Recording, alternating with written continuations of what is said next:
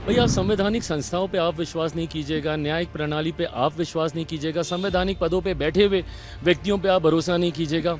ये वही चुनाव आयोग है जिनके नेतृत्व में चुनाव हुए हैं और कांग्रेस लंबे समय तक सत्ता में रही है, केंद्र में हो, राज्यों में हो। झारखंड में चुनाव होता है, वो आप लोग जीत जाते हैं तो उसके ऊपर सवाल नहीं उठता है। आप सिर्फ हंगामा करेंगे, बट जब आपत्ति दर्ज कराने की बात आएगी तो आप भाग जाएंगे। हंगामा आपको खड़ा करना है, एक अविश्वास का माहौल खड़ा करना है, अराजकता का माहौल आपको खड़ा करना है। भाई आप संवैधानिक संस्थाओं पे आप विश्वास नहीं कीजिएगा, न्यायिक प्रणाली पे आप विश्वास नहीं कीजिएगा, संवैधानिक पदों पे बैठे हुए व्यक्तियों पे आप भरोसा नहीं कीजिएगा। इन्होंने हर वो व्यक्ति, हर वो संस्था जिन्होंने देश हित में फैसले लेने का काम किया, देश हित में उन्होंने निर्णय लिए, उन्होंने प्रक्रियाएं शुरू कराई, इन्होंने हर उस व्यक्ति, हर उस संस्था को नकारने का काम किया। आज जिस उपराष्ट्रपति को लेकर इनके दिल दर्द जो इनके दिल में उठता है, ये वही हैं जिनके यहीं मकर द्वार पे, जिनका मजाक ये लोग उड़ाते थे, जिनकी मिमिक्री ये लोग करने का काम करते थे। आज चुनाव आयोग के ऊपर आप सवाल खड़े कर रहे हैं। ये वही चुनाव आयोग है जिनके नेतृत्व में चुनाव हुए हैं और कांग्रेस लंबे समय तक सत्ता में रही है, केंद्र में हो, राज्यों में हो। भाई जिस दिन आप पूरा पावर पॉइंट प्रेजेंटेशन आप अपना कर रहे थे और आप कर्नाटका का जिक्र कर रहे थे, अगर आपको याद ना हो तो कर्नाटका में आप ही की सरकार है और जिनकी धांधली आप दिखा रहे थे, इन्हीं वोटरों ने चुन के आपकी सरकार को वहां पे बनाया। आप अपनी भी सरकार के ऊपर आप सवाल खड़ा कर देते हैं। हकीकत है चुनाव आयोग एक स्वतंत्र संवैधानिक संस्था है। आप क्यों गए थे इनके पास शिकायत करने? आप ही गए थे ना लोकसभा के बाद महाराष्ट्र। तो अभी तक आप लोग हम लोग को सुनाते हैं कि भैया वोटर लिस्ट में धांधली की वजह से हम लोग चुनाव जीते हैं, जबकि उसी समय झारखंड में चुनाव होता है, वो आप लोग जीत जाते हैं तो उसके ऊपर सवाल नहीं उठता है।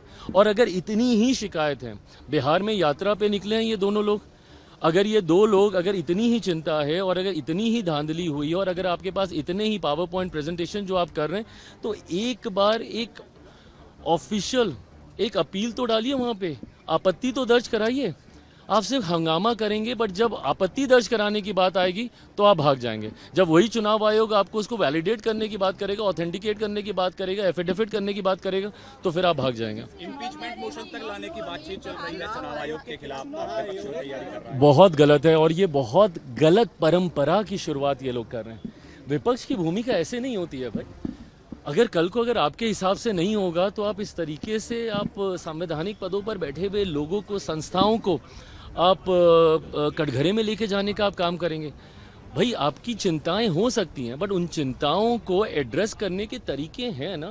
अगर आपको लग रहा है कि भाई आपके वोटर्स के नाम उसमें कट गए, अगर एक बार के लिए मैंने मान भी लिया कि भैया कोई त्रुटि हो रही है, तो आप उसके लिए आपत्ति दर्ज करा सकते हैं। तीन जगहों पे तीन मौके ऐसे हैं जहां पे आप अपील दर्ज करा सकते हैं। आपके बीएलएस क्या कर रहे हैं भैया? बीएलओ पे अगर आपको विश्वास नहीं था तो आपके बीएलए क्या कर रहे हैं? और मुझे समझ के परे कि आप जब पार्लियामेंट नहीं चलने देते, इसमें सरकार का क्या लेना देना? ना हम लोग 3 में ना 13 में। आप चुनाव आयोग के पास आप गए, आपको चुनाव आयोग से शिकायत थी कि भाई धांधली हुई है, तो धांधली को रेक्टिफाई करने का यही तो प्रोसेस है और कैसे किया जाएगा।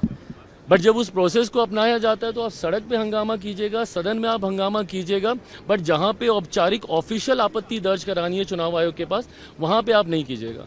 तो आपको सिर्फ अगर एक वॉक ही क्रिएट करना है, अगर आपको सिर्फ एक अविश्वास का माहौल, और ये लोग विपक्ष करता रहा, पहले सीए को लेकर देश को जलाने का काम किया, पूरा लोकसभा का चुनाव झूठ बोलते गए कि भैया आरक्षण खत्म हो जाएगा, संविधान खत्म हो जाएगा।